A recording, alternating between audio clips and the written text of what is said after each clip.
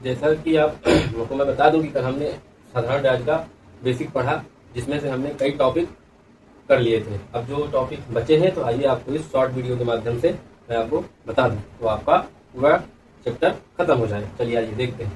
पहला next topic क्या कर रहा है कि कुछ रुपए 5 वर्षों के लिए 6% की दर पर, अगले 3 वर्षों के लिए ब्याज दर 4% और अंतिम 2 वर्षों के लिए ब्याज दर 3% है। इस प्रकार 10 वर्षों के अंत में कुल 24,000 रुपए ब्याज प्राप्त होता है। तो मूलधन क्या होगा? ठीक है, इसमें पहला क्या गया, 5 वर्षों के लिए 6% की दर, 5 वर्षों के लिए 6% की दर है, तो टोटल 30। ठीक है, फिर क्या कह रहा है अगले 3 वर्षों के लिए 4%।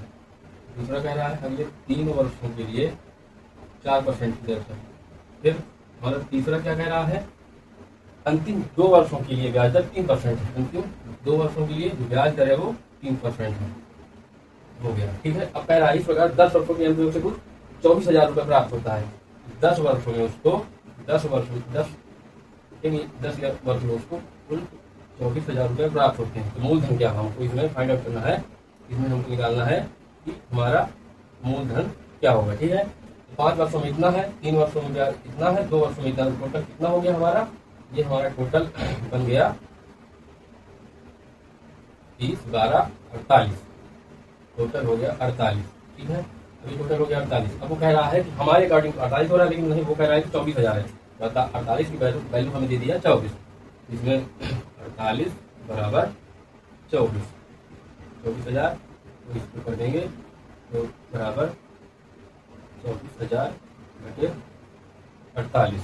ठीक है, हम जानते हैं कि अपने आप में जो वो हमारा मूलधन होता है वो 100% होता है। ठीक है, तो आप इसको 100 कर दीजिए, काट दीजिए, इसको हम काट देंगे 12 से, 12 दूनी 24, 12 चौक 48, 25। ठीक है, बराबर हमारा कितना होगा, 25 दूनी 50, 25 दूनी 50। हमारा मूलधन क्या था, 50,000 रुपया। ठीक है, ऐसे इस क्वेश्चन को सॉल्व करते हैं। चलिए आइए एक सवाल और देख लेते हैं, उसके बाद फिर जो भी आपके डाउट्स हो मुझे कमेंट में बताइएगा, तो मैं उन डाउट्स को सॉल्व करूंगा। आइए देख लेते हैं।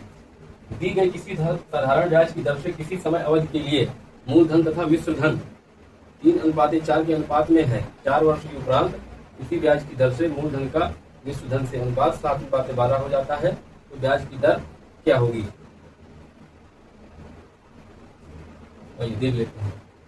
क्या कह रहा है कि मूलधन तथा मिश्र धन का अनुपात, मूलधन तथा मिश्र धन का अनुपात 3:4 है। ठीक है, क्या कह रहा है 4 वर्ष के उपरांत इसी ब्याज की दर से मूलधन तथा मिश्र धन का अनुपात 7:12 हो जाता है। 4 वर्ष के अनुपात 7:12 हो जाता है। अब हम जानते हैं कि मिश्र धन कभी नहीं हमारा बदलता है, हमेशा मिश्र धन वैसा ही रहता है, सेम ही रहेगा, चाहे बस जो होता है साधारण ब्याज हमारी चेंज होती है। तो यहाँ देखिए 3 से 4 हो रहा है। ठीक है, 3 से 4 हो रहा है तो हमको इसको बराबर करना पड़ेगा। ऊपर से 7 का मल्टीप्लाई, नीचे से 3 का मल्टीप्लाई, 7 3 21, 7 चौक 28 हो जाएगा, और 3 7 21, और हो जाएगा 12 36। ठीक है, हमारा मूलधन है देखिए ये बराबर हो गया, जो भी है हमारा मिश्र धन है। 28 था, 28 यहाँ कितने का अंतर है, 8 का अंतर है, 8 अंतर है कितने वर्षों के लिए है, 4 वर्ष, ऊपर दिए गए 4 वर्ष, 4 ईयर। ठीक है, यहाँ पर हो जाएगा, यहाँ से 2 से काट देंगे, 2 बराबर हो जाएगा 2 ईयर। ठीक है, इसको अगर, ठीक है, इतना हो गया। अब हमको क्या करना है, इसको और बांट देते हैं। ठीक है, अब आगे हमारा 4 ईयर बराबर आ गया 2 ईयर। ठीक है, अगर इसको और आप काटना चाहें तो और काट सकते हैं 2 से, 2r बराबर हो जाएगा 1 ईयर। ठीक है, ये हो गया। अब क्या कह रहा है, अब वो कह रहा है हमारा इसमें अब हमको क्या निकालना है, ब्याज की दर निकालनी है। हमारा मूलधन क्या है, 21 है। ठीक है, और हम जानते हैं कि 1 ईयर बराबर हमको r निकालनी है, तो 1 ईयर बराबर ब्याज हमारी क्या है, 2r है। ठीक है, तो r बराबर क्या है, 2r है।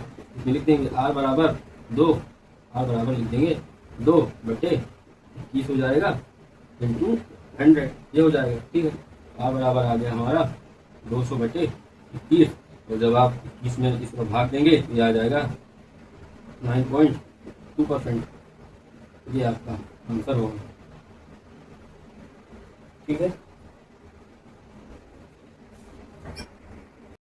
इसी प्रकार का दूसरा क्वेश्चन क्या कह रहा है कि 5 वर्ष में 65 रुपए और 8 वर्ष में 37 रुपए बन जाती है। मूलधन बताइए। ठीक है, क्या कह रहा है, 5 वर्ष में 65 रुपए हो जाती है और 8 वर्ष में 37 रुपए हो जाती है। 37 रुपए हो जाती है।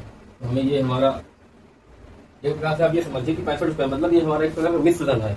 मतलब समय दिया है, मिश्र धन दिया, हमसे मूलधन पूछ रहा है। समय का अंतर क्या है, 3 ईयर।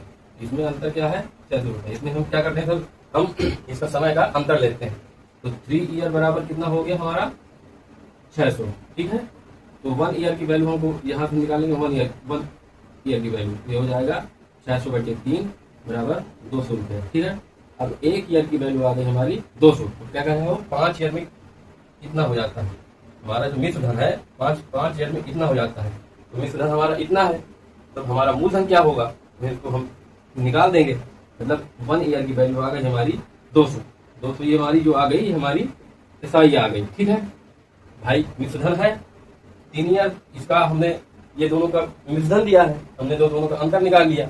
मतलब आखिरकार ये जो बढ़ रहा है, कितना बढ़ रहा है, तो 3 ईयर में 600 रुपया बढ़ रहा है। हमने 1 ईयर की वैल्यू निकाल ली, तो जो हमारा ये आ गया, ये हमारा SI आ गया, साधारण ब्याज। अब हम जानते हैं जो मूलधन होता है, अब जानते हैं जो मिश्र धन बराबर होता है, क्या होता है, P + SI होता है। तो हमें अब हमें ये हमारी 1 साल की SI आ गई, 1 साल की SI आ गई। तो कह रहा है, बात क्या कर रहा है, 5 साल की।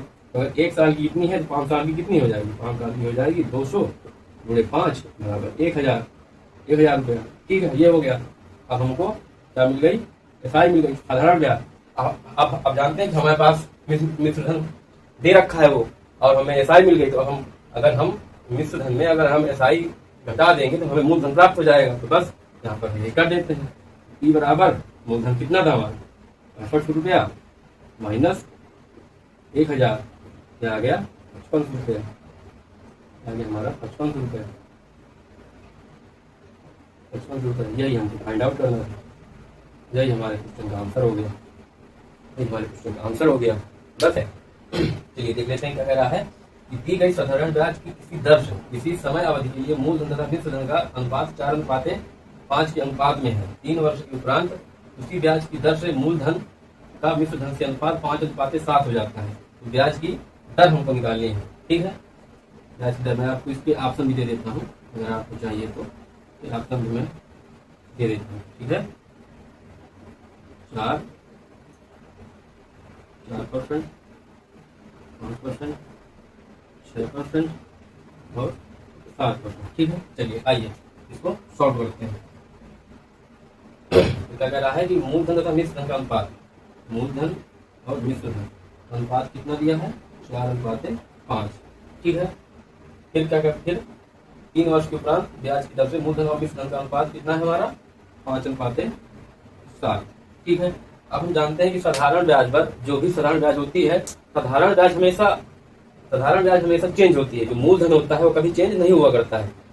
साधारण ब्याज मान लीजिए आप 2 साल की लगाएंगे तो उसकी साधारण ब्याज अलग रहेगी, 3 साल की लगाएंगे उसकी अलग रहेगी, 4 साल की लगाएंगे उसकी अलग रहेगी, 5 साल की लगाएंगे उसकी साधारण ब्याज अलग रहेगी। मूलधन हमारा कभी चेंज नहीं होता है। मूलधन वही रहता है जो 2 साल में है, अगर जो 3 साल में है, जो 4 साल में है, वही तो पहले साल रहेगा। मूलधन हमारा वही रहेगा, ब्याज हमारी घटती बढ़ती रहती है मूलधन के हिसाब से और समय के हिसाब से। अगर आप ज्यादा अगर रेट ऑफ इंटरेस्ट है तो साधारण ब्याज हमको ज्यादा मिलेगी। फिर मैंने कल आपको बताया ही, जो साधारण ब्याज होती है PR और T के डायरेक्टली प्रोपोर्शनल होती है। चलिए इसको देख लेते हैं। अब हमारी क्या है, यहाँ पर हमारा मूलधन 4 है, यहाँ पर 5 है। तो मैंने बताया कि मूलधन कभी चेंज नहीं होता है। तो हमको क्या करना होता है, इसको बराबर करना होता है। इसके लिए हम क्या करते हैं, ऊपर 5 से मल्टीप्लाई करवा देते हैं, नीचे 4 से मल्टीप्लाई करवा देते हैं।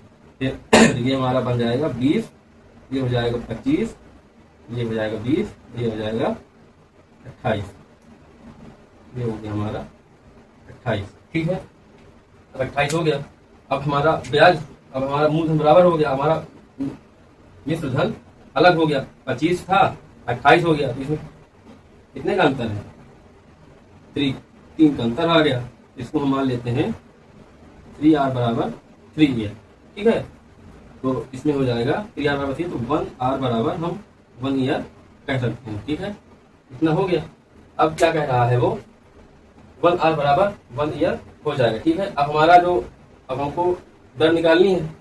अब हमें मूलधन पता ही है, 1r बराबर 1 ईयर की पहले भी हमको पता चल गई। बस हमको क्या करना है, r निकाल देना है। r बराबर, तो यहाँ से हो जाएगा मूलधन हमारा कितना है, 20 है। ये कितना है, 1 है, तो 1/20 गुणे 100 कर देंगे, 20 पंचे 100। r बराबर हो गया हमारा 5%। ऐसे लगेगा ये सवाल। ठीक है।